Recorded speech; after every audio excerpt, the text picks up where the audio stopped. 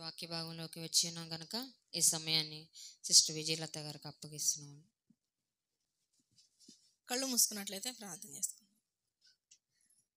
మహోన్నతుడ, మహాగరుడ, మహాపరిశుద్ధమైన మా పరలోకపు కన్న తండ్రి, మీ ఉన్నతమైన శ్రేష్టమైన ఘనమైన నామానికి వెళ్ళలేని స్తుతులు స్తోత్రములు స్తోత్రములు స్తోత్రములు సమర్పించుకుంటున్నాం తండ్రి. తండ్రి నాయన, ఈ సమయాన్ని ఈ గడియని చూడక ఎంతో మంది గతించి ఉండగా కేవలం మీ ఉచితమైన కృపను బట్టి తండ్రి మమ్మల్ని సజీవ లెక్కలో ఉంచి నాయన తండ్రి, ఈ మధ్యకాలం వేళలో నాయన తండ్రి అయా మరి స్త్రీల కూడిక నాయన ఈ రోజు నుంచి నాయన ప్రారంభించుండగా నాయన తండ్రి, మీ కృప నాయన తండ్రి నిజంగా ప్రభా ఈ సంఘం పట్ల ఉంచి ప్రభా నీ బిడ్డల పట్ల ఉంచి నాయన తండ్రి ఆయన కృప చూపిస్తున్న విధానాన్ని బట్టి స్తోత్రం చెల్లించుకుంటున్నాం తండ్రి. ప్రార్థన కార్యక్రమం అంతా కూడా నాయన మీకు మహిమకరంగా జరగడానికి సహాయాన్ని అనుగ్రహించండి తండ్రి. మీ బిడ్డలతో మాట్లాడుచున్న నాకు నాయన సమయోచితమైన జ్ఞానంను వివేకంను అనుగ్రహించండి తండ్రి. మీ బిడ్డల తండ్రి నాయన వినగలిగే చెవిని గ్రహించగలిగే హృదయాన్ని ప్రతి ఒక్కరికి అనుగ్రహించమని మా ప్రభును మా రక్షకుడైన యేసుక్రీస్తు వారి నామంలో ప్రార్థించి బ్రతిమలాడి అడిగి వేడుకొంచున్నాం తండ్రి. ఆమేన్. ఇంత చక్కని సమయాన్ని ఇచ్చిన తండ్రి అయిన దేవునికి ప్రభు అయిన యేసుక్రీస్తు వారి నామంలో కృతజ్ఞతాస్తుతులు స్తోత్రములు సమర్పించుకుంటున్నాను. అంత మాత్రమే కాకుండా ఎంతో ఆసక్తితో దేవుని మాటలు వినడానికి దేవుని స్తుతించడానికి చేరువచ్చిన ఆత్మీయులందరూ కూడా నా హృదయపూర్వక వందనాలు తెలియజేస్తున్నానండి. ఇక ఏమాత్రం ఆలస్యం చేయకుండా వాక్య ధ్యానంలోనికి వెళ్ళిపోదాము. శ్రద్ధ కలిగి అందరూ కూడా దేవుని మాటలు యందు మీ మనస్సు ఉంచాలని కోరుకుంటున్నాను. అయితే ఈ రోజు నుంచి నిజంగానే స్త్రీల కూడిక అనేది ప్రారంభించడం చాలా సంతోషంగా ఉంది. ఎందుకు అనంటే స్త్రీల కూడిక అనేది ప్రతి ఒక్క సంఘంలో జరగాలి. ఎందుకు జరగాలి ఏంటి అనేది మనం కనుక ఆలోచన చేయగలిగితే, ఆదివారం ఆరాధనకు వెళ్ళాం అనుకోండి, ఆదివారం ఆరాధనలో అందరి గురించి అన్ని విషయాల గురించి మనం మాట్లాడుకుంటాం, కానీ ప్రత్యేకించి స్త్రీల గురించి ఏమైనా మాట్లాడుకోవటానికి కుదురుతుందా? అవకాశం ఉంటుందా? ఉండదు. కానీ మరి స్త్రీ తన గురించి తాను తెలుసుకోవాలి అన్న అనేకమైన నిజంగానే ఎన్నో ఆలోచనలు మన మధ్యలో మెదులుతూ ఉంటాయి అన్నమాట. ఆ విషయాలన్నీ మనకి అంటే వచ్చే ఏ ప్రశ్నలు అయితే ఉంటాయో వాటికి సమాధానాలు మనకి ఆదివారం ఆరాధనలో అయితే దొరకవు. అయితే ఎప్పుడైతే మనము ప్రత్యేకించి స్త్రీల కూడిక అనేది మనం ప్రారంభించుకుంటామో, ఏర్పాటు అనేది చేసుకుంటామో, అందులో అనేకమైన విషయాల గురించి మనం తెలుసుకునే అవకాశం మనకు ఉంటుందన్నమాట. మనం కనుక ఆలోచించామనుకోండి, ఎప్పుడైనా మనకి బలహీనత వచ్చినప్పుడు మనం హాస్పిటల్కి వెళ్తే డాక్టర్ గారు ఏం చెప్తారు? అమ్మా బలమైన ఆహారాన్ని తీసుకోండి, పాలు, కోడిగుడ్లు, మరి చికెన్ కానీ మటన్ కానీ మీరు ఏదైతే తీసుకుంటారో అది బలమైన ఆహారాన్ని మీరు తీసుకోండి అని చెప్తారు. ఎందుకు? కొంచెం మీరు బలం పొందుకుంటారు కాబట్టి, ఎందుకంటే ఇప్పుడు బలహీనంగా ఉన్నారు కాబట్టి. అట్లాగే మరి బలహీనులుగా ఉంటున్న మనకి, ఎందుకనంటే స్త్రీ అనగానే ఏమంటాం అందరూ సమాజంలో కూడా ఏం పేరు ఉందమ్మా మనకి? బలహీనమైన ఘటము, అంటే బలహీనురాలు. బైబిల్లో కూడా చూస్తే బలహీనమైన ఘటమనే ఉంటుంది. మరి బలహీనులుగా ఉన్న మనము బలం పొందాలి అని అంటే ఏం జరగాలి అంటే సంఘంలో స్త్రీల కూడిక అనేది జరగాలి. ఎప్పుడైతే స్త్రీల కూడిక అనేది జరుగుతుందో జీవాహారం ద్వారా అంటే ఆత్మీయ ఆహారం ద్వారా మనము బలం పొందే అవకాశం మనకు ఉంటుందన్నమాట. అయితే నిజంగా దేవుని మాటలు చాలా గొప్పవన్నమాట. దేవుడు నిజంగానే స్త్రీని ఎందుకు కలుగజేశాడు, ఏ ఉద్దేశంతో కలుగజేశాడు, ఈ విషయాలనేది మాత్రం అంటే స్త్రీ యొక్క జీవితం యొక్క పరమార్థాన్ని ఖచ్చితంగా మన గురించి మనమైతే తెలుసుకోవాలి. ఎప్పుడైతే నిజంగా ఈ స్త్రీ తన గురించి తాను తెలుసుకోవట్లేదో, తెలుసుకోలేకపోతుందో, దాంతో ఏమవుతుంది అని అంటే ఏ చిన్న కష్టం వచ్చినా, ఏ చిన్న బాధ వచ్చినా ఏం చేస్తున్నారు? ఇప్పుడు మన కళ్ళ ముందు చాలా మందిని చూస్తున్నాము, వింటున్నాము కూడా. సమస్య రాగానే తట్టుకొని నిలబడవలసిన స్త్రీ ఏం చేస్తుంది? మాట్లాడండి. ఆత్మహత్యలు చేసుకొని చనిపోతున్నారు. తనొక్కతే చనిపోతుందా? లేదు. మరి ఏం చేస్తుంది? తనతో పాటు తన బిడ్డల్ని కూడా చంపేస్తున్న పరిస్థితులు ఉంటున్నాయి అన్నమాట. ఎందుకని? తనే కదా కనింది, అవునా కదా? తనే కనింది. అయినా ఆ సమస్యలని మరి వచ్చిన సమస్యల్ని అధిగమించాల్సిన స్త్రీ ఏం చేస్తుంది అని అంటే తను అంతమొందించుకుంటుంది. అంత మాత్రమే కాకుండా ఇప్పుడు నేను చనిపోతే నా బిడ్డల పరిస్థితి ఏంటి, తర్వాత ఎవరు చూస్తారు అని ఆలోచించి ఏం చేస్తుంది? బిడ్డల్ని కూడా, తన చేతులతో పెంచిన బిడ్డల్ని ఏం చేస్తుంది? చంపేస్తుంది. కాబట్టి స్త్రీలుగా మనం ఎలా ఉండాలి అని అంటే బలవంతులం అవ్వాలి. అది ఎలా అవ్వగలము అని అంటే జీవాహారం, వాక్యం ద్వారా మాత్రమే. ఈ వాక్యం ద్వారా మాత్రమే మనం బలవంతులం కాగలం అన్నమాట. కాబట్టి స్త్రీల కూడికలు అనేది చాలా ప్రాముఖ్యమైంది. అయితే దేవుడు మనతో ఏం మాట్లాడుతున్నాడు అన్న విషయాన్ని ఒకసారి మనం ఆలోచన చేద్దామండి. ఎఫెసీయులకు రాసిన పత్రిక 1వ అధ్యాయము. నిజంగా దేవుడు మనల్ని ఎప్పుడు కావాలనుకున్నాడు అన్న విషయాన్ని ఒకసారి చూద్దామండి. ఎన్నోసార్లు చదువుకొని ఉంటాం కానీ ఒక్కసారి ఆగి ఆలోచిద్దాము. ఎఫెసీయులకు రాసిన పత్రిక 1వ అధ్యాయము 4-6 వచనాలు. ఎట్లనగా తన ప్రియుని యందు తాను ఉచితముగా మనకు అనుగ్రహించిన తన కృపామహిమకు కీర్తి కలుగునట్లు తన చిత్త ప్రకారమైన దయా సంకల్పము చొప్పున యేసుక్రీస్తు ద్వారా తనకు కుమారులుగా స్వీకరించుటకై మనలను ముందుగా తన కోసము నిర్ణయించుకొని మనము తన ఎదుట పరిశుద్ధులమును నిర్దోషులమునై ఉండవలెనని జగత్తు పునాది వేయబడక మునిపే ప్రేమ చేత ఆయన క్రీస్తులో మనలను ఏర్పరచుకొనెను. నిజంగా ఈ వాక్య భాగాన్ని మనం ఆలోచించకుండా చదువుకుంటా వెళ్ళిపోతే పెద్దగా మనకేం అర్థం కాదు. కానీ ఒక్క నిమిషం ఆగి ఆలోచిస్తే నిజంగానే ఎంతో గొప్ప విషయాలు దాగి ఉన్నాయన్నమాట ఈ మాటలో. ఏంటి అని అంటే, మన తల్లిదండ్రులు మనల్ని ఎప్పుడు కావాలనుకున్నారు? తల్లిదండ్రులు మనల్ని ఎప్పుడు ప్రేమించారు చెప్పండి? ఎప్పుడు ప్రేమించారు మన అమ్మ నాన్న మనల్ని? మాట్లాడాలి. పుట్టిన తర్వాతే ప్రేమించారు. పుట్టకముందు ఏమైనా ప్రేమించారా? లేదు, పుట్టిన తర్వాతే ప్రేమించారు. అయితే ఇక్కడ మనం ఆలోచిస్తే దేవుడు మనల్ని ఎప్పుడు కావాలనుకున్నాడంట? జగత్తు పునాది వేయబడక మునిపే. మనం మొట్టమొదటిగా మనుష్యుడు ఎవరు అని అంటే ఆదాము గారు అని మనం మాట్లాడుకుంటున్నాం కదా. ఆదాము గారు కూడా పుట్టక ముందే దేవుడు మనల్ని కావాలనుకున్నాడంట. ఈ సృష్టి అనేది సృష్టింపబడక మునిపే దేవుడు మనల్ని కావాలనుకున్నాడంట. కానీ స్త్రీలుగా ఉంటున్న మన యొక్క ఆలోచన ఎలా ఉండిద్ది? ఎందుకు దేవుడా నన్ను స్త్రీగా పుట్టించావు? ఆడదానిగా నన్ను ఎందుకు పుట్టించావు? మగవాడిగా పుట్టిస్తే బాగుండేది కదా. మరి కొంతమంది అయితే అనే మాట ఏంటో తెలుసా? ఒక పిల్లిగానో ఒక కుక్కగానో పుట్టిస్తే బాగుండేది కదా, ఆడదానిగా ఎందుకు పుట్టించావు? అన్ని కష్టాలే, అన్ని సమస్యలే. ఇలా అనుకున్న వాళ్ళు ఎవరైనా ఉన్నారా మీలో? అనుకున్నారా ఎప్పుడైనా? స్త్రీ జన్మ ఎందుకు అని ఒకప్పుడైతే దేవుని ఎరగక ముందు, దేవుని నేను తెలుసుకోకముందు, ఒక అన్యురాలుగా ఉన్నప్పుడైతే నేనైతే అనుకున్నానండి, స్త్రీ యొక్క జన్మ అనేది మంచి జన్మ కాదు. ఎందుకు మంచి జన్మ కాదు అనుకున్నాను అంటే, ఎప్పుడు చూసిన నేను చూసిన వాళ్ళు ఎప్పుడు అంటే గొడవలు, కొట్లాటలు, అంటే కుటుంబాలలో ఇలా చూశాను. చాలా కుటుంబాలు అలా నేను చూశాను అనమాట. ఎందుకు పెళ్లి చేసుకొని వాళ్ళకి ఏం సుఖం ఉన్నారు? అసలు వివాహమే చేసుకోకూడదు. అన్ని కష్టాలే స్త్రీకి, అన్ని సమస్యలే స్త్రీకి. ఎందుకు ఆడదానిగా పుట్టించటం? మంచి జన్మ కాదు, మంచిది కాదు అనుకున్నాను ఎప్పుడు అన్యురాలుగా ఉన్నప్పుడు. ఎప్పుడైతే నేను దేవుని కుటుంబంలోనికి వచ్చానో, క్రైస్తవ కుటుంబంలోనికి నేను వచ్చానో, క్రైస్తవ కుటుంబంలోనికి మా నాన్నగారు వివాహం అనేది క్రైస్తవ కుటుంబంలోనికి నన్ను ఇవ్వటం జరిగింది. అప్పుడు నేను ప్రభువుని తెలుసుకున్నాను అనమాట. అప్పుడు నేను దేవుని తెలుసుకున్నాను. అయితే స్త్రీ యొక్క జీవితం ఎంత అద్భుతం అనేది తర్వాత నేను తెలుసుకున్నాను. నిజంగానే మనం ఆలోచన చేస్తే అమ్మా నాన్న పుట్టిన తర్వాత ప్రేమించారు, కానీ దేవుడైతే ఎప్పుడు ప్రేమిస్తున్నాడని చెప్తున్నాడు?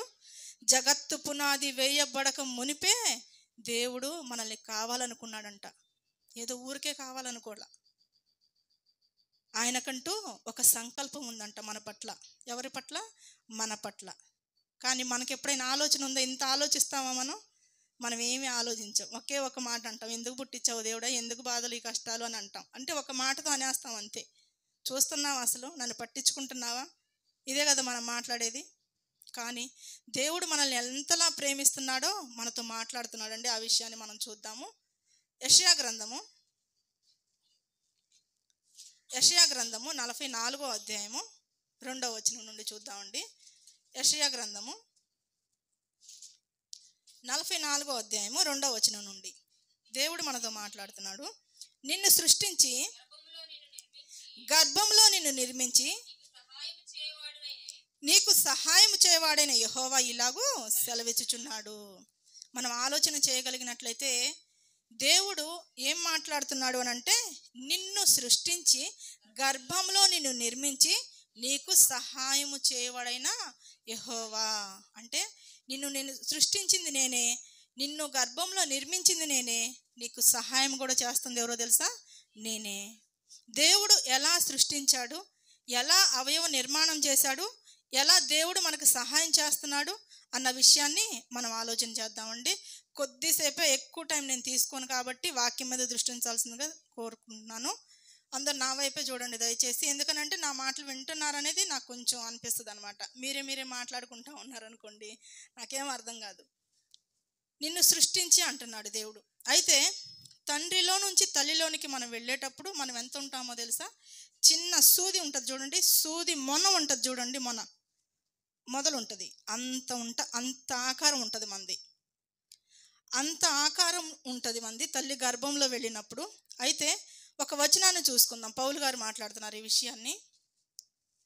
గలతీలకు రాసిన పత్రిక 1వ అధ్యాయము, గలతీలకు రాసిన పత్రిక 1వ అధ్యాయము 15వ వచనము. అయినను తల్లి గర్భమునందు పడినది మొదలుకొని నన్ను ప్రత్యేకపరచి, చాలు. ఇక్కడ మనం ఆలోచన చేయగలిగినట్లయితే తల్లి గర్భమునందు పడినది మొదలుకొని నన్ను ప్రత్యేకపరచి అంటే, సూది మొన్న అంతా ఉంటామని చెప్పాను కదా మనం. అయితే మనం ఒక్కళ్ళమే ఉండవు, మనతో పాటు కొన్ని కోట్ల మంది ఉంటారు. ఒక్కళ్ళిద్దరు కాదు ఉండేది, కొన్ని కోట్ల మంది ఉంటే అమ్మ గర్భంలోనికి, అమ్మ కడుపులోనికి మనం వెళ్ళేటప్పుడు కొన్ని కోట్ల మంది మనతో పాటు ఉంటే వాళ్ళల్లో నుంచి ప్రత్యేకపరుస్తున్నాడంట. ఎంతమందిలో నుంచి? 10 మందిలో నుంచి కాదు, 100 మందిలో నుంచి కాదు, 1000 మందిలో నుంచి కాదు. ఎంతమంది? కోట్ల మందిలో నుంచి మనల్ని ప్రత్యేకపరిచి, నాకు పలానా విజయలత కావాలి అనుకున్నాడు దేవుడు, నాకు పలానా ఆవిడ కావాలి, స్త్రీగానే కావాలి. దేవుడు అనుకున్నాడు కాబట్టే తల్లి గర్భంలో మనల్ని సృష్టిస్తున్నాడు అనమాట. దేవుడు మనల్ని సృష్టిస్తున్నాడు. అయితే తల్లి గర్భంలో అవయవ నిర్మాణం అనేది ఎలా చేస్తున్నాడు అన్న విషయాన్ని మనం ఆలోచిద్దాం. నిన్ను సృష్టించి అన్న విషయాన్ని ఆలోచించాము. రెండవది, తల్లి గర్భంలో నీకు అవయవ నిర్మాణం చేసి అన్న విషయాన్ని మనం ఇందాక చదువుకున్నాం కదా, ఆ విషయాన్ని ఆలోచిద్దాము. కీర్తనల గ్రంథము 139వ అధ్యాయము, కీర్తనల గ్రంథము 139వ అధ్యాయము 16వ వచనము. నేను పిండమునై ఉండగా నీ కనులు నన్ను చూచెను. పిండంగా ఉన్న దశ నుంచే దేవుడు మనల్ని చూస్తున్నాడంట. పిండంగా ఉన్న దశ మనమైతే చూడగలమా అండి? చూడలేము. ఎందుకని చూడలేము? ఎందుకు చూడలేము? మనం రక్తపు ముద్దగా ఉంటాం. 3వ నెల వచ్చేసరికి రక్తపు ముద్దగా ఉంటాం. ఆ పిండంగా ఉన్న దశ నుంచే దేవుడు మనల్ని చూస్తున్నాడంట. ఎందుకు దేవుడు చూస్తున్నాడు మనంటే, ఆ తల్లి గర్భంలో మనకి అవయవ నిర్మాణం అనేది చేయటానికి. దేవుడు, నా బిడ్డకి మంచి ఆకారాన్ని నేను ఇవ్వాలి, చక్కటి అవయవాలని, ఆ రూపాన్ని నేను చేయాలి. అదే అమ్మ అయితే గర్భవతి అని తెలిసిన తర్వాత, డాక్టర్ దగ్గరికి వెళ్ళిన తర్వాత విషయం తెలిసింది అనుకోండి గర్భవతి అని, అమ్మ అయితే ఏం చేస్తుందండి? నా బిడ్డకి కళ్ళు ఎట్లా చేయాలి, చెవు ఎట్లా చేయాలి, కాళ్ళు చేతులు ఎలా చేయాలని ఆలోచిస్తుందా? మరి ఏం చేస్తుంది అమ్మ? జాగ్రత్తలు తీసుకుంటుంది. ఏం జాగ్రత్తలు తీసుకుంటుంది? మాట్లాడాలి. బలమైన ఆహారం తీసుకుంటుంది. వాళ్ళు ఇచ్చిన టాబ్లెట్లు ఏమైనా ఉంటాయి కదా, అవి వేసుకుంటుంది. ఇంకా మిగతా టైంలో తినకపోయినా ఆ టైంలో ఏం చేస్తాం?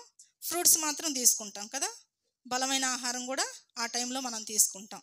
అంటే ఏం తినాలి, ఏం తాగాలి, పాలల్లో కుంకుమ పువ్వు ఎప్పుడు కలుపుకొని తాగాలి,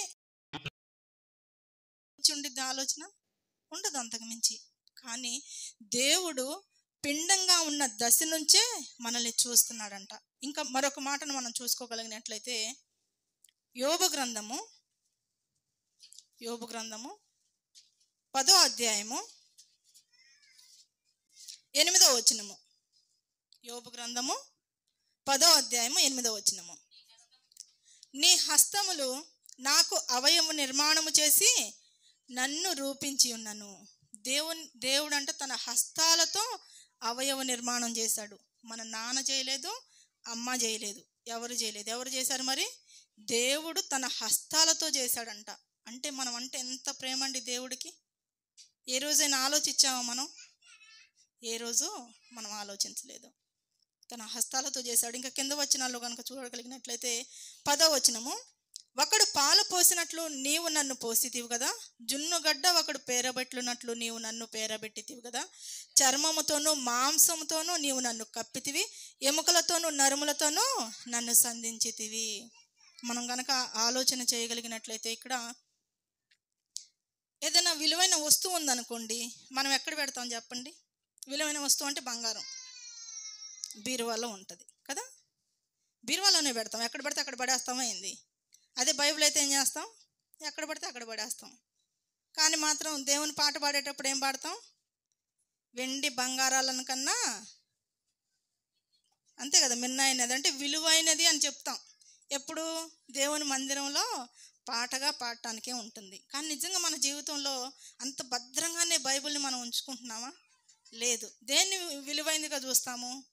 డబ్బుని, బంగారాన్ని.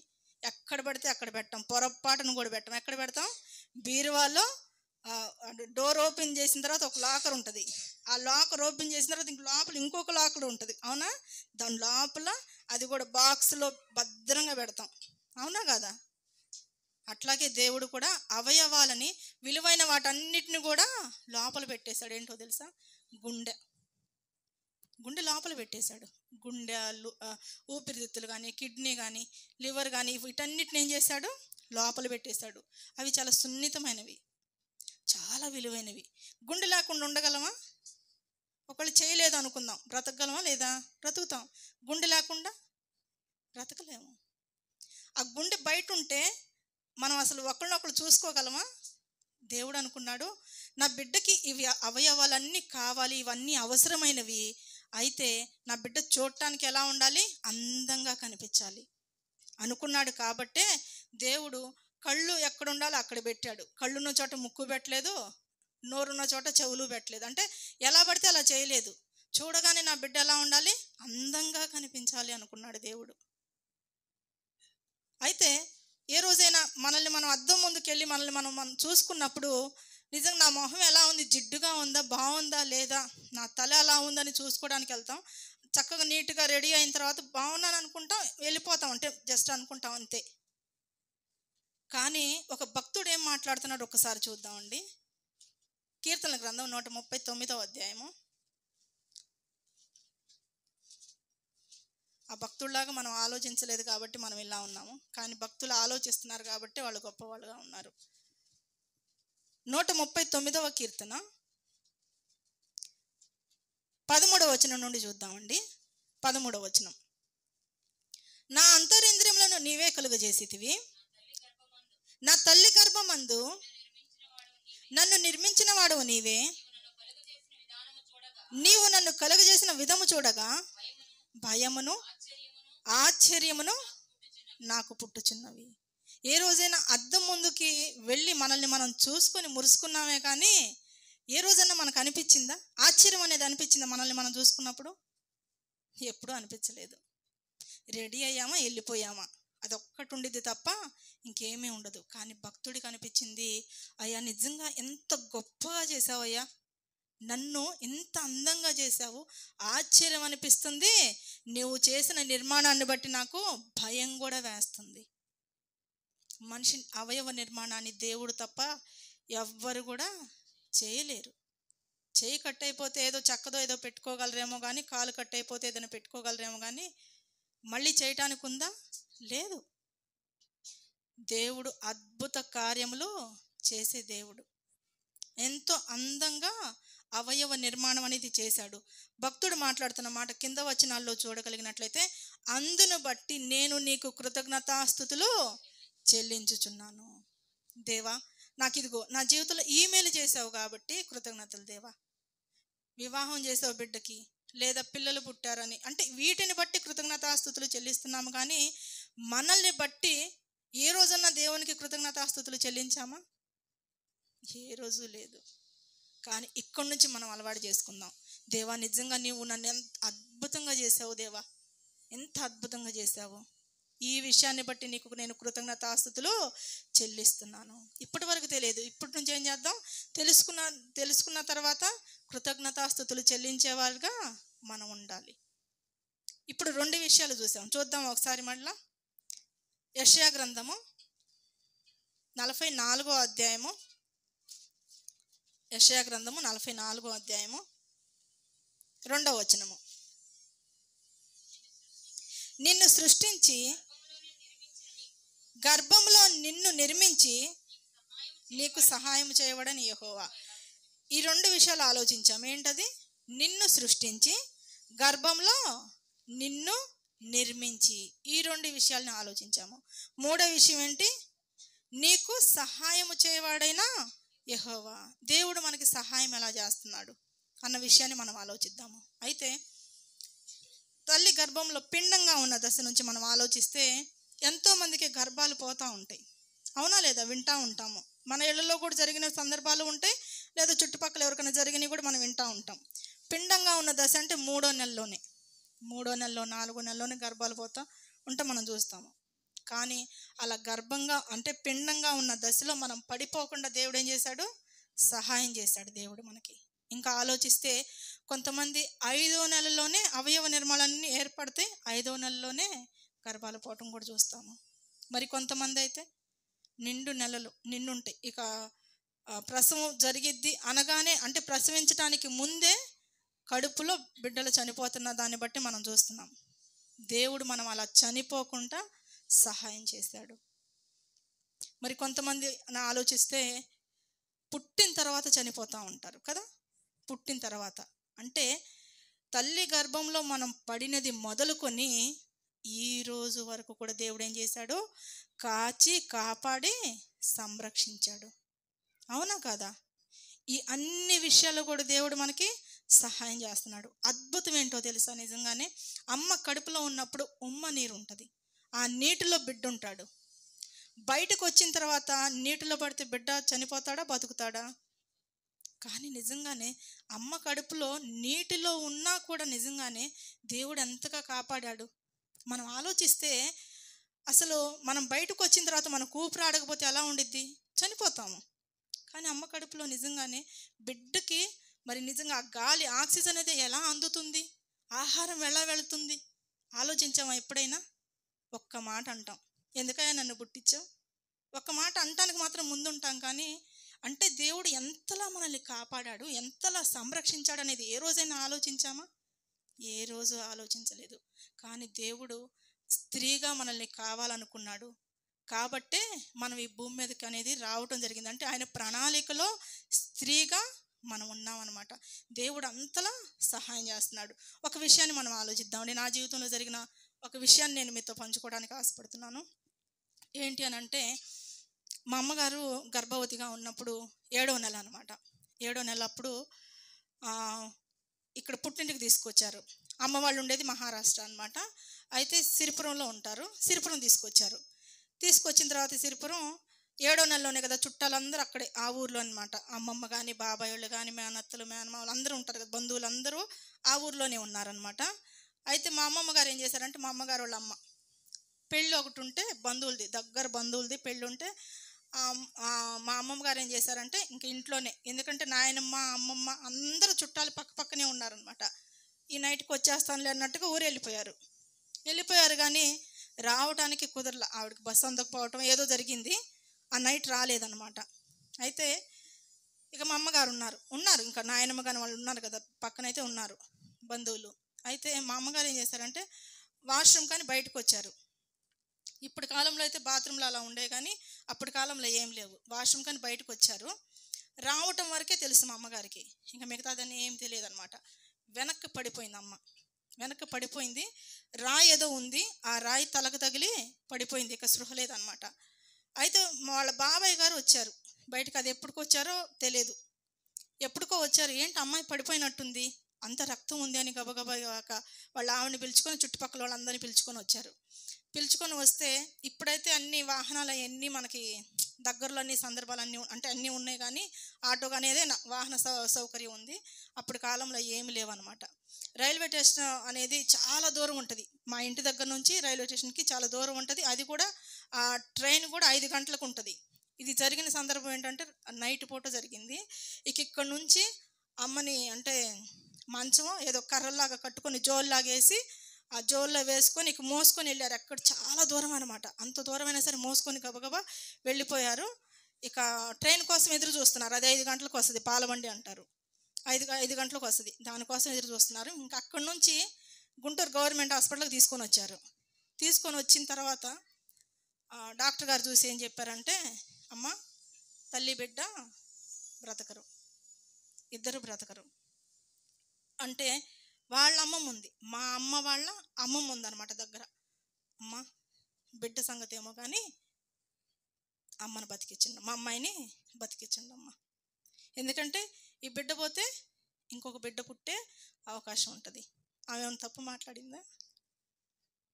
తప్పు మాట్లాడలా, నిజమే కదా. ఈ బిడ్డ కాకపోతే ఇంకొక బిడ్డ అనుకుంది. దండం పెట్టి పాపం వాళ్ళని బతిలాడుకుంటా ఉంది. ఇంకా ఆవిడ చెప్పింది, సరే ప్రయత్నం అయితే చేస్తాము, పెద్ద ఆవిడకి బతకడానికి చూస్తాం, బిడ్డ అయితే బతకదు, అది పక్కా ఇంకా కన్ఫామ్ అని చెప్పేసి వెళ్ళిపోయారనమాట. అయితే నిజంగా నేను ఎప్పుడైతే దేవుణ్ణి తెలుసుకున్నానో, ఇందాక మనం ఆలోచించాం కదా ఎఫెసీయులకు రాసిన పత్రిక, దేవుణ్ణి తెలుసుకున్న తర్వాత ఆ వాక్యం చదువుతున్నప్పుడు నాకు ఎప్పుడు అనిపించేది అనమాట, నిజంగా ఒకప్పుడు స్త్రీ యొక్క జీవితం అంటే ఎందుకు, నిజంగానే ఎందుకు ఆడదానిగా పుట్టడం, అన్ని కష్టాలు, అన్ని బాధలు, అన్ని సమస్యలే కదా, ఇలా ఆలోచించాను. కానీ నా దేవుడు నన్ను ఎప్పుడు కావాలనుకున్నాడు? జగత్తు పునాది వేయబడక మునిపే కావాలనుకున్నాడు నా దేవుడు. కానీ నన్ను ఎవరు వద్దనుకున్నారు? మనుషులైతే వద్దనుకున్నారు. కానీ ఎవరు కావాలనుకున్నారు? దేవుడు. మనమైతే ఎవరిని కావాలనుకుంటాం? మనుష్యులని. దేవుణ్ణి విడిచిపెడతాం, కొంచెం చిన్న కష్టం రాగానే విడిచిపెడతాం. నాకు ఆ వాక్యం చదువుతున్న ప్రతిసారి, ఎఫెసీయులకు రాసిన పత్రిక చదువుతున్న ప్రతిసారి కూడా అనిపిస్తుంది, దేవా నన్ను కావాలనుకున్నావు, అది కూడా స్త్రీగా నన్ను కావాలనుకున్నావు, నిలబడతాను దేవా నీ కోసం. నేను తప్పకుండా ఏదైతే నేను నిజంగానే అపార్థం చేసుకొని స్త్రీ యొక్క జీవితం అనవసరం అనుకున్నానో, గొప్పగా ఇచ్చావు ప్రభా ఈ జీవితాన్ని. నిజంగా ఆ రోజు నేను చనిపోయి ఉంటే ఈరోజు మీ మధ్య నేను మాట్లాడటానికి ఉండేదాన్ని కాదు. దేవుడు నన్ను కావాలనుకున్నాడు కాబట్టే ఈరోజు నిలబడ్డాను అనమాట. నిజంగా చాలా అద్భుతంగా ఆశ్చర్యం అనిపిస్తుంది. మా అమ్మ వెనక్కి కాకుండా ముందుకు పడిపోయి ఉంటే పరిస్థితి ఏంటి? ఇద్దరం ఉన్నాము, ఈ రోజుకి ఇద్దరం ఉన్నాము, నాకు 2 బిడ్డలు. నిజంగా దేవుడు చేసే ఆశ్చర్య కార్యాలు చాలా గొప్పగా ఉంటాయండి, చాలా గొప్పగా ఉంటాయి. నా జీవితంలోనే కాదు, మీ జీవితంలో కూడా ప్రాణాపాయ స్థితి అనేది ఖచ్చితంగా ఉండుంటుంది. అది జ్ఞాపకం చేసుకోండి. దేవుడు నన్ను ఎందుకు బ్రతికించాడు, ఇది మనం ఎప్పుడు కూడా ఆలోచన చేయాలి. నేను ఎందుకు బ్రతుకున్నానా కాదు, ఎందుకు బ్రతికించుకున్నాడు అనేది. దేవుడు నిజంగానే మనల్ని కావాలనుకున్నాడు కాబట్టే ఈ భూమి మీదకి మనల్ని తీసుకుని రావటం జరిగింది. అదే దేవుడు వద్దనుకుంటే ఇంకొకరికి అవకాశం వచ్చింది కదా. అంటే ఎప్పుడు అంటే స్త్రీలుగా అనేసరికి ఎప్పుడు ఉదయం లేచిన దగ్గర నుంచి పనులు చేసుకొని భోజనం చేయటం, తినటం, పడుకోవటం, పనులు చేసుకోవటం, భర్తను చూసుకోవటం, పిల్లల్ని చూసుకోవటం, ఇంకా స్త్రీలు అంటే ఇంకా చేసే పనులు ఏంటి చెప్పండి? పని చేసుకొని వచ్చి టీవీ ముందు కూర్చొని సినిమాలు చూడటం, అవునా కదా, సీరియల్ చూడటం, సినిమాలు చూడటం, ఇదే ఉంటుంది. ఇదే నా జీవితం, దీనికోసమైనా బ్రతుకుతుంది మనం. ఆ దేవుడికంటూ మన పట్ల ఒక ప్రణాళిక ఉంది. దేవుడు మనల్ని కావాలనుకుంటున్నాడు. కష్టం వచ్చినప్పుడు, ఆపదల్లో ఉన్నప్పుడు ఆదుకుంటాడు. నిజంగా ఆయన సన్నిధిలోనికి వచ్చిన వాళ్ళని త్రోసివేస్తాడా దేవుడు? మనుష్యులైనా త్రోసివేయొచ్చు, కానీ దేవుడు త్రోసివేయడు. నిజంగా దేవుడు త్రోసివేయడు. అంటే స్త్రీ తన జీవిత పరమార్థాన్ని ఖచ్చితంగా తెలుసుకుని ఉండాలి. బాధాకరమైన విషయం ఏంటంటే, లోకంలో ఉన్న వాళ్ళకి తన జీవిత పరమార్థం తెలియక మరణిస్తున్న వాళ్ళు ఉన్నారేమో, కానీ క్రైస్తవులు కూడా ఉండటం అనేది చాలా బాధాకరం. నిజంగా దేవుడు మనల్ని ఎంతలా ప్రేమిస్తున్నాడంటే తన ప్రియకుమారుణ్ణే ఇచ్చేశాడు. మనకి ఈ విషయం తెలుసు కదా. తన కుమారుణ్ణే ఇచ్చేశాడనంటే మనం అడిగిన వాటిని ఇవ్వటం చిన్న విషయమా, పెద్ద విషయమా? దేవునికి ఇవ్వలేడా? ఇవ్వగలడు. మనం ఏది అడిగినా ఇవ్వగలడు. కానీ ఫస్ట్ మనం నిలబడాలిగా. దేవుని కోసం బ్రతకడానికి మనం నిలబడాలి కదా ముందు. అలా నిలబడిన ఒక స్త్రీ గురించి మాట్లాడుకొని ఈరోజు ముగించుకుందామండి. క్రిస్మస్ దినాల్లో నిజంగానే అందరి గురించి మాట్లాడుకుంటారు, కానీ ఆమె గురించి మాత్రం చాలా తక్కువే అనమాట మాట్లాడటం అనేది. ఒక్కసారి ఆలోచన చేద్దాం ఆమె గురించి. లూకాసు వార్త 2వ అధ్యాయము 33వ వచనం నుండి సందర్భాన్ని ఒక్కసారి ఆలోచన చేద్దాము. లూకాసు వార్త 2వ అధ్యాయము. ఇక్కడ సందర్భం ఏంటనంటే, యోసేపు గారు అలాగే మరియమ్మ తల్లి గారు ఇద్దరు కూడా ప్రభు అయిన యేసుక్రీస్తు వారిని మందిరానికి తీసుకొని రావడం జరిగింది. ఎందుకు అని అంటే, దేవుడు పెట్టిన ఒక ఆజ్ఞ, నిబంధన అన్నమాట. ఏంటనంటే, ధర్మశాస్త్రం చొప్పున మగ బిడ్డ పుడితే 8వ దినాన్ని ఏం చేయాలి? సున్నతి చేయించాలి. ఆ కార్యక్రమం కొరకు ప్రభు అయిన యేసుక్రీస్తు వారిని మందిరానికి తీసుకొని రావటం జరిగింది. అక్కడికి వచ్చిన తర్వాత సుమియోను గారు ప్రభు అయిన యేసుక్రీస్తు వారిని చేతుల్లోనికి తీసుకొని నిజంగానే చూస్తూ ఉన్నప్పుడు ఆ సమయంలో ఒక స్త్రీ అక్కడికి వస్తుందండి. అక్కడ ఆ సందర్భాన్ని చూద్దాం. 36వ వచనము. మరియు ఆషేరు గోత్రికురాలును పనుయేలు కుమార్తెయునైన అన్నాను ఒక ప్రవక్తి ఉండెను. ఇక్కడ ఆలోచన చేద్దామండి. ఒక్క నిమిషం, మళ్ళీ తర్వాత కింద వచనాలకు వెళ్దాము. ఇక్కడ ఆలోచన చేస్తే ఆషేరు గోత్రికురాలు పనుయేలు కుమార్తె అయిన అన్నా. మనం ఆలోచన చేస్తే యాకోబు గారికి 12 మంది సంతానం. ఆ 12 మందిలో 6వ కుమారుడే ఆషేరు గారు. ఆ గోత్రంలో నుంచి వచ్చిన స్త్రీనే ఈ అన్నా గారు. అన్నా అంటే అదృష్టవంతురాలు, భాగ్యవంతురాలు అన్న పేరు. నిజంగా ఆ పేరుకు తగ్గట్టుగానే తన జీవితం ఉందా అన్న విషయాల్ని ఆలోచన చేద్దామండి. అన్నాను ఒక ప్రవక్తి ఉండెను. ఆమె కన్యత్వము మొదలుకొని 7 ఏండ్లు పెనిమిడితో సంసారము చేసి బహుకాలము గడిచినదై 84 సంవత్సరములు విధవరాలై ఉండి దేవాలయం విడవక ఉపవాస ప్రార్థనలతో రేయింబగళ్ళు సేవ చేయుచుండెను. కింద వచ్చిన అలా ఆలోచిస్తే ఎలా ఉంది? ఆ పేరుకు తగ్గట్టుగానే తన జీవితం ఉందా? భాగ్యవంతురాలుగా, అదృష్టవంతురాలుగా ఉందా ఆమె జీవితం? మరి ఎలా ఉంది? నిజంగానే భర్త లేడు, 7 ఏళ్ళు మాత్రమే ఉన్నాడు. 7 సంవత్సరాలు, 84 సంవత్సరాలు విధవరాలుగా ఉందంట. ఎక్కడుందంట విధవరాలుగా? దేవాలయంలో, దేవుని మందిరంలో 84 సంవత్సరాలు ఉంది. మనం నిజంగా ఈ స్త్రీ గురించి కనుక నిజంగా ఆలోచిస్తే ఈమె ఎవరు అని అంటే ప్రవక్తిని. పురుషులనైతే ప్రవక్తలు అని అంటారు. బైబిల్లో మనం చూస్తే ఒక 5గురు మాత్రమే ప్రవక్తినిలు ఉంటారు. అంటే దేవునికి ప్రజలకు మధ్యవర్తులే ప్రవక్తలు అని అంటే. అయితే ఈమె జీవితాన్ని ఆలోచిస్తే 7 సంవత్సరాలు మాత్రమే భర్తతో ఉంది. మరి ఈ 7 సంవత్సరాల్లో పిల్లలేమని పుట్టారా? లేదు. అంటే భర్త చనిపోయినా పిల్లల్ని చూసుకొని బతికే వాళ్ళని మనం చూస్తున్నాం కదా, బిడ్డలు కూడా లేరు. మరి ఎలా అవుతుంది ఈమె అదృష్టవంతురాలు, భాగ్యవంతురాలు? మన దృష్టిలో భాగ్యవంతురాలా లేకపోతే దురదృష్టవంతురాలుగా ఉందా? అదే చెప్తారు కదా ఎవరైనా. కానీ శరీర సంబంధంగా మనం ఆలోచిస్తున్నాము. కానీ ఈమె భాగ్యవంతురాలు ఎలా అయ్యిందో మనం ఆలోచన చేద్దామండి. ఆమె కన్యత్వము మొదలుకొని 7 ఏండ్లు పెనిమిడితో సంసారం చేసి బహుకాలము గడిచినదై 84 సంవత్సరములు విధవరాలై ఉండి దేవాలయమును విడవక ఉపవాస ప్రార్థనలతో రేయింబగళ్ళు సేవ చేయుచుండెను. ఈమె 7 సంవత్సరాలు భర్త ఉన్నాడు, తర్వాత చనిపోయాడు. ధర్మశాస్త్ర ప్రకారం ఆమె వివాహం చేసుకోవచ్చు, ఎందుకంటే భర్త చనిపోయాడు. ఈ రోజుల్లో అయితే ఆ, గర్భవతిగా ఉన్నప్పుడే భర్త చనిపోతున్నాం మనం చూస్తున్నాం, లేదంటే బిడ్డ పుట్టిన తర్వాత భర్త చనిపోయిన తర్వాత చాలామంది ఆలోచించే ఆలోచన ఏంటో తెలుసా, పోనీలే ఈ బిడ్డను చూసుకొనైనా బతుకుదాం అనుకోవట్లేదు స్త్రీలు. ఈ బిడ్డ పుట్టకపోతే బాగుండేది, ఈ బిడ్డ నాకు అడ్డుగా ఉన్నాడు, బిడ్డ నాకు అడ్డుగా ఉన్నాడు, బిడ్డ పుట్టకపోతే బాగుండేది, అలా ఆలోచించే వాళ్ళు చాలామంది ఉన్నారు. వివాహం అయిన తర్వాత భర్త ఉండగానే అక్రమ సంబంధాలు పెట్టుకునే స్త్రీలు ఉన్నారా లేదండి? భర్త బ్రతికుండగానే ఎంతోమంది స్త్రీలు ఉన్నారు. కానీ విచారకరం ఏంటో తెలుసా, వీళ్ళలో క్రైస్తవులు కూడా ఉన్నారు. అది చాలా విచారకరం, చాలా బాధాకరం అన్నమాట. దేవుడు తెలియక చేస్తున్నారంటే అనుకోవచ్చు, దేవుడు తెలిసి కూడా చేస్తున్నారంటే ఎంత ధైర్యం ఉండాలి, ఎంత ధైర్యం ఉండాలి. అది లోకంలో ఉండి చేస్తే అది వేరే ఉంటుంది, ఎటు వెళ్ళేది నరకానికే కాబట్టి అది వేరే ఉంటుంది. కానీ నిజంగా దేవుడి దగ్గరకు వచ్చి దేవుని సన్నిధికి వచ్చి తప్పు చేస్తున్నారు అని అంటే, కానీ ఈమె గురించి ఆలోచిస్తే ఒక్కతి ఒంటరిగా ఎలా ఉండగలిగిందండి? ఏ మచ్చ లేకుండా. ఎక్కడుంటుంది? మందిరంలో ఉంది ఈమె. ఈమెతో పాటు ఎవరున్నారు? సేవకుడు కూడా ఉన్నాడు. అవకాశం ఉందా లేదా? ఆమె మీద నింద వచ్చే అవకాశం ఉందా లేదా? కానీ నింద రాకుండా బ్రతికింది అని అంటే ఎంత పరిశుద్ధురాలుగా, ఎంత పవిత్రంగా బ్రతికిందో చూడండి. చక్కగా వివాహం చేసుకోవచ్చు, మరలా పిల్లలు పుట్టే అవకాశం ఉండేది, నాకంటూ ఒక కుటుంబం ఉంటుంది కదా అని ఆలోచించలేదు ఆమె. ఏముంది ఈ లోకంలో? ఇదే ఆలోచించింది ఆవిడ. కానీ నిజంగా మన జీవితంలో మనం ఆలోచిస్తే చిన్న కష్టం వచ్చినా, చిన్న సమస్య వచ్చినా ఏం చేస్తాము?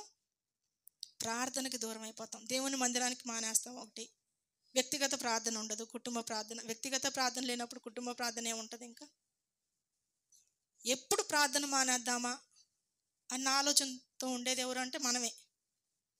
కానీ తన జీవితానికి ఒక అర్థం లేదు అంటే ఈ లోకపరంగా ఏమి లేవు కదా. మన ఆలోచనలు ఎప్పుడు మనం దేని గురించి చింతిస్తూ ఉంటామనంటే, ఏంటో ఎంత కష్టపడ్డా సంపాదన సరిగ్గా లేదు, నిజంగా ఎవరన్నా మా ఇంటికి వస్తే కనీసం కుర్చీలు ఇప్పుడు కుర్చీల గురించి ఆలోచన లేదు, కానీ కనీసం సోఫా లేదే మా ఇంట్లో, డబల్ కట్ మంచం లేదే, బీరువా లేదు, ఫ్రిడ్జ్ లేదు. ఏంటి మా జీవితం?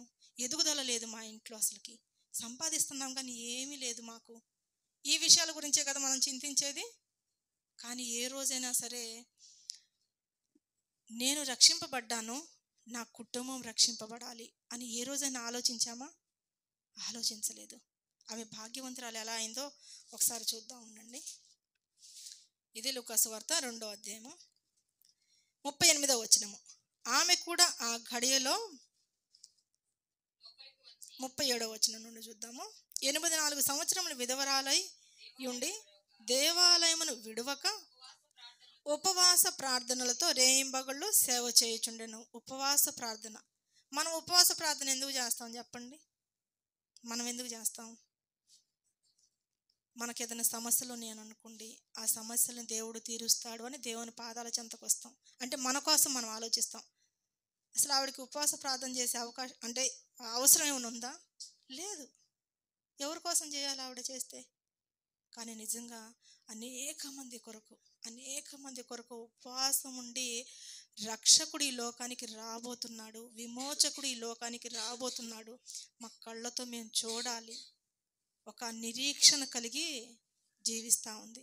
ఆమెకి నిజంగానే ఎప్పుడైతే ప్రభు అయిన యేసు క్రీస్తు వారిని సుమయోను గారు తీసుకున్నారో ఎంతో సంతోషంతో నిజంగా విమోచకుడు ఈ లోకానికి వచ్చాడని సంతోషిస్తుంది. ఆమె భాగ్యవంతురాలు ఎలా అయిందో తెలుసా? ప్రభు అయిన యేసుక్రీస్తు వారిని తన కళ్ళతో చూసింది. ఎంత అదృష్టం ఉండాలండి నిజంగా యేసుక్రీస్తు వారిని చూడటం అంటే. మొదటి రాకడ కొరకు ఎదురు చూశారు వారు. అదే కింద వచనాల్లో మనం చూడగలం అన్నమాట.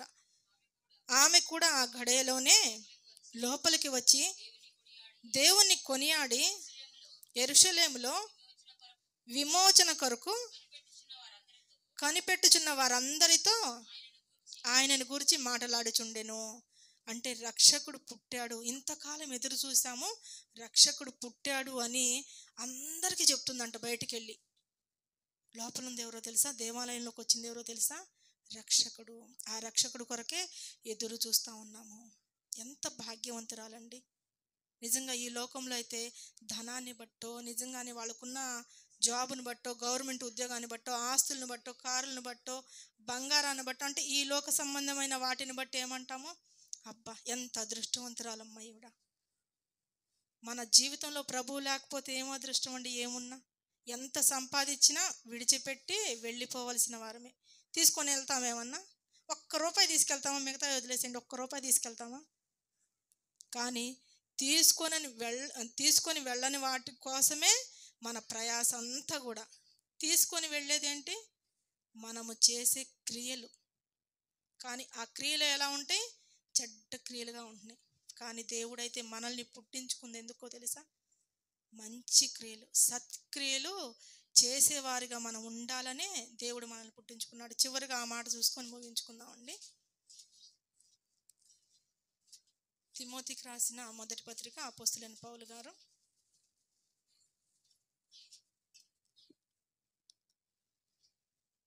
6వ అధ్యాయము, అపోస్తలుడైన పౌలు గారు తిమోతి గారికి రాసిన మొదటి పత్రిక 6వ అధ్యాయము 18వ వచనము 19వ వచనము.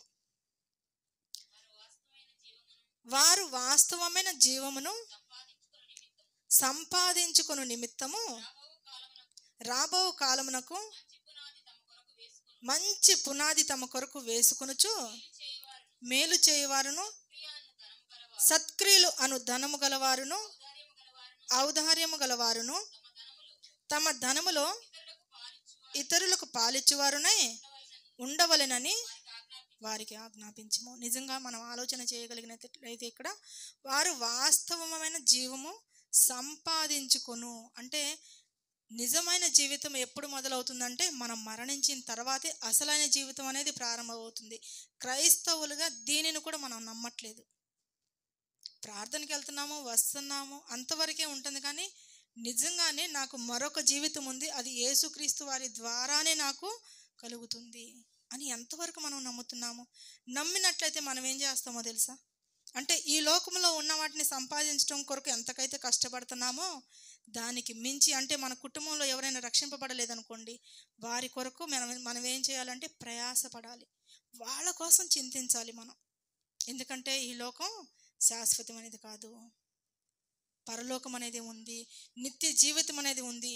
అది ఇవ్వటం కోసమే యేసుక్రీస్తు వారి భూమి మీదకి వచ్చారు. అంటే పాపులుగా ఉన్న మనల్ని పరిశుద్ధులుగా చేసి, మనం పరిశుద్ధులుగా బ్రతికిన తర్వాత, మనం మరణించిన తర్వాత పరలోకానికి మనల్ని చేర్చాలనే యేసుక్రీస్తు వారి భూమి మీదకి రావటం జరిగింది. ఎంతమంది నిజంగా దీనికోసం కష్టపడుతున్నాం చెప్పండి. మంచి పునాది వేసుకుంటున్నారంట వాళ్ళు, అది ఈ భూమి మీదే వేసుకోవాలి. ఎలాగనంటే సత్క్రియలు అను ధనము గలవారును, ఔదార్యము గలవారును, తమ ధనములో ఇతరులకు పాలిచ్చేవారునై ఉండవలెనని. నిజంగా ఎవరైనా మనకంటే ఇంకా పేదవారు, బాగా ఇబ్బందుల్లో ఉన్నారు మన సహోదరులోనంటే ఏం చేయాలి, వాళ్ళకి సహాయం చేసే స్థితిలో ఉండాలి. అంత మాత్రమే కాకుండా ఇక్కడ సంఘంలో కార్యక్రమాలు జరుగుతున్నాయి అనుకోండి, నేను కూడా ఇందులో పాలి భాగస్తురాలుగా ఉంటాను అని మనము సహాయం చేసేవారుగా ఉండాలి. అంటే అందులో పాలి భాగస్తులుగా మనం ఉండాలి. ఆ పాలి భాగస్తులుగా ఎప్పుడైతే మనం ఉంటామో దేవుడు అంటే మనకి ప్రతిఫలాన్ని ఇస్తాడు. ఎక్కడిస్తాడు? పరలోకంలో ఇస్తాడు. అది ఎప్పుడు చూసాము? ఇదే కదా మన ఆలోచన, మనకి ఇప్పుడే కావాలి, ఏదైనా చచ్చిపోయిన తర్వాత కదా సంగతి. ఇదే మన ఆలోచన ఉంటుంది. కానీ నిజంగా గిన్నెడు చల్లనీళ్ళు ఇస్తేనే దేవుడు ప్రతిఫలాన్ని పోనివ్వను అన్నప్పుడు, దేవుని పనిలో మనం పాలి భాగస్తులుగా ఉన్నప్పుడు దేవుడు విడిచిపెడతాడా? మనల్ని విడిచిపెట్టడు. స్త్రీలుగా ఎంత కష్టం వచ్చినా, ఎంత సమస్య వచ్చినా మనం ఏం చేయాలంటే దేవుని మీద ఆధారపడుచు, దేవుడు నాకు తప్పకుండా తోడుగా ఉన్నాడు, తోడుగా ఉంటాడు, నాకు సహాయం చేస్తాడని దేవుని మీద ఎప్పుడైతే మనం ఆధారపడతామో దేవుడు ఖచ్చితంగా మనకు సహాయం చేస్తాడు. కాబట్టి స్త్రీలుగా అంటే బలహీనులుగా ఉన్న మనల్ని దేవుడు బలపరచాలనుకుంటున్నాడు. అందుకే నిజంగా జ్ఞానంతో నీ ఇంటిని కట్టుకో అంటున్నాడు. అంటే మన కుటుంబాన్ని కట్టుకోవాలంటే అసలు మనల్ని దేవుడు ఎందుకు చేశాడో ఫస్ట్ మనకు తెలియాలి. స్త్రీగా నేను ఎందుకు పుట్టానో, దేవుడు నన్ను ఎందుకు పుట్టించాడో ఫస్ట్ నాకు తెలిస్తేనే నా కుటుంబాన్ని నేను కట్టుకోగలను. కాబట్టి మన జీవితం అనేది వ్యర్థమైనది కాదు, మన జీవితానికి ఒక పరమార్థం అనేది ఉంది. కాబట్టి స్త్రీలుగా దేవుడు మనల్ని కావాలనుకున్నాడు, దేవుడు మనల్ని పుట్టించుకున్నాడు. దేవుని దుఃఖపరిచే స్థితిలో ఉండకుండా ఏ కష్టం వచ్చినా, ఎంత బాధ వచ్చినా, ఏది వచ్చినా నా దేవుడు నాకున్నాడని ఒక నమ్మకంతో, విశ్వాసంతో ఉందాం. ఈ లోకంలో ఎవ్వరు తోడు ఉన్నా లేకపోయినా దేవుడు మాత్రం విడిచిపెట్టడు. తన ప్రియ కుమారుణ్ణే ఇచ్చాడంటే నిజంగా ఇందాక మనం అన్నా గారి గురించి ఆలోచించాము. ఆమె ప్రభువైన యేసుక్రీస్తు వారిని తన కన్నులారా చూచింది. రెండవ రాకడలో ప్రభువారిని మనం చూసే అవకాశం మనకుంది. ఉందంటారా లేదంటారా? ఖచ్చితంగా ఉంది. రెండో రాకడలో ప్రభువారిని చూసే అవకాశం మనకుంది. దాన్ని మనం పోగొట్టుకోకుండా నిలబెట్టుకునేవారుగా మనం అందరం ఉండాలని కోరుకొనుచు ఇంతటితో నా మాటలు ముగిస్తున్నానండి. నా మాటలు మీకు అర్థమైంది అనుకుంటున్నాను. మీకు ఏమైనా డౌట్ ఉన్నా కూడా ప్రార్థన అయిపోయిన తర్వాత నన్ను అడగొచ్చు. కళ్ళు మూసుకున్నట్లయితే ప్రార్థన చేసుకుందాం.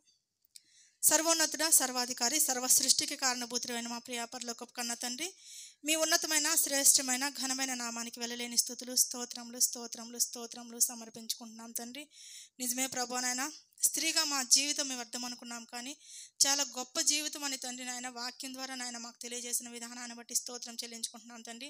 ప్రతి ఒక్క విషయంలో కూడా నాయన మీ మీద ఆధారపడుతూ మా దేవుడు మాకున్నాడన్న ఒక నమ్మకంతో, విశ్వాసంతో తండ్రి నాయన మేము ముందుకు కొనసాగడానికి సహాయం దయచేయమని వేడుకుంటున్నాను తండ్రి. స్త్రీల కూడిక అనేది తండ్రి ఈరోజు ప్రారంభించడం జరిగింది ప్రభా. ఆగిపోకుండా తండ్రి నాయన తండ్రి చక్కగా కొనసాగడానికి సహాయం దయచేయండి తండ్రి. రాబోయే దినాల్లో తండ్రి అనేక మంది వచ్చి నాయన నీ బిడ్డలు నాయన నీ మాటలు చెప్పడానికి సహాయం దయచేయండి తండ్రి. అంత మాత్రమే కాకుండా అనేక మంది వచ్చి వాక్యాన్ని విని తండ్రి నాయన తమ జీవితాలని నాయన నిలబెట్టుకుని కుటుంబాలని కట్టుకోవడానికి కృప చూపించమని వేడుకుంటున్నాను తండ్రి. అంత మాత్రమే కాకుండా తండ్రి ఎంతో కష్టపడుతున్న, ప్రయాసపడుతున్న మీ బిడ్డల్ని నాయన తండ్రి నాగరాజు బ్రదర్ని, అలాగే నాయన మానస సిస్టర్ని ఇద్దరిని కూడా జ్ఞాపకం చేసుకోండి తండ్రి. వాళ్ళ కుటుంబాన్ని కూడా దీవించండి, ఆశీర్వదించండి తండ్రి నాయన. మీ పనిలో నాయన ఎంతో ప్రయాసపడుతున్నారు తండ్రి. ఇంకా నాయన తండ్రి అనేక ఆత్మలు నాయన రక్షించే పనిలో నాయన బలంగా వాడబడుటకు కృప చూపించమని మా ప్రభును, మా రక్షకుడైన యేసుక్రీస్తు వారి నామంలో ప్రార్థించి బ్రతిమలాడి అడిగి వేడుకుంటున్నాం తండ్రి. ఆమేన్. దేవునికి స్తోత్రం, దేవునికి మహిమ కలుగును గాక. ప్రభువైన యేసుక్రీస్తు వారి నామంలో అందరికీ నా హృదయపూర్వక వందనాలు తెలియజేస్తున్నానండి.